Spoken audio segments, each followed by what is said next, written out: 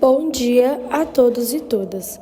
Hoje nós vamos abordar um tema delicado, mas extremamente necessário: a escravidão contemporânea, o trabalho análogo à escravidão e as lutas sociais por direitos trabalhistas e humanos.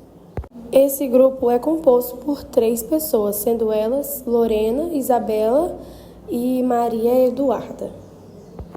Já pararam para pensar que se a escravidão foi abolida há mais de 130 anos, por que ainda hoje milhares de pessoas vivem trabalhando como se fossem escravizadas? Vou começar falando o contexto histórico sobre a época da escravidão contemporânea. Mesmo que a escravidão no Brasil tenha acabado oficialmente em 1888, a gente sabe que isso não significou o fim da exploração. Até hoje, existem pessoas que trabalham em condições muito parecidas com a da escravidão antiga, sem salário justo, sem descanso, vivendo no próprio local de trabalho e muitas das vezes sendo ameaçadas. Isso é chamado de escravidão contemporânea ou trabalho análogo à escravidão. Mesmo existindo leis, como a CLT, que servem para proteger os trabalhadores, elas nem sempre são respeitadas, principalmente por causa da desigualdade e da falta de fiscalização. Por isso, as pessoas lutam por direitos sociais e direitos humanos e trabalhistas ainda são muito importantes nos dias de hoje. A ideia é garantir que todo mundo tenha condições justas e dignas de um trabalho. Agora eu vou falar sobre causas e consequências da escravidão contemporânea. A escravidão contemporânea, ela ainda existe e é causada pela desigualdade social, pela falta de educação, pela pouca fiscalização das leis trabalhistas. Muitas pessoas pobres acabam aceitando trabalhos degradantes porque não têm outra opção. Isso traz várias consequências, como sofrimento físico, psicológico e a violação dos direitos humanos e a manutenção da pobreza. Também enfraquece os direitos trabalhistas e dificulta a construção de uma sociedade mais justa. Então, para concluir, a gente precisa entender que a escravidão não acabou totalmente em 1888. Ela apenas mudou de aparência.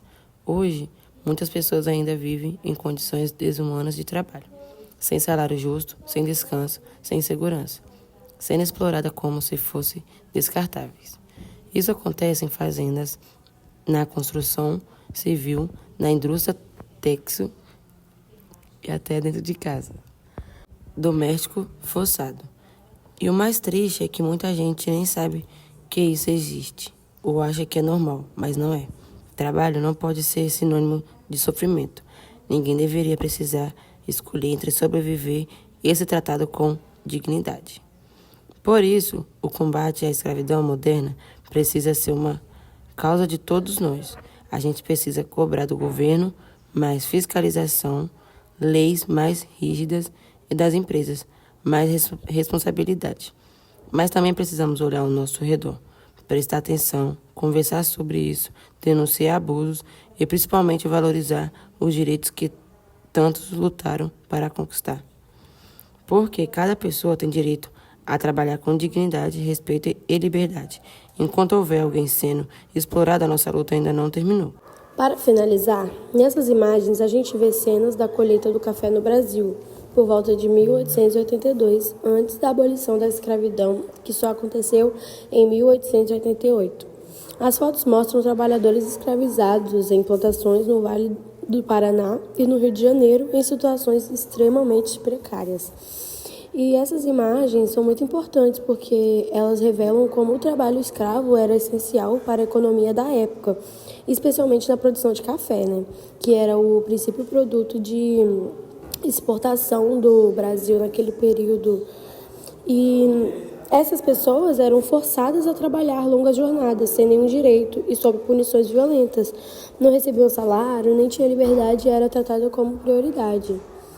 É chocante perceber que, mesmo depois de 130 anos de abolição, muitas dessas condições ainda se repetem hoje de forma disfarçada, no chamado trabalho análogo à escravidão.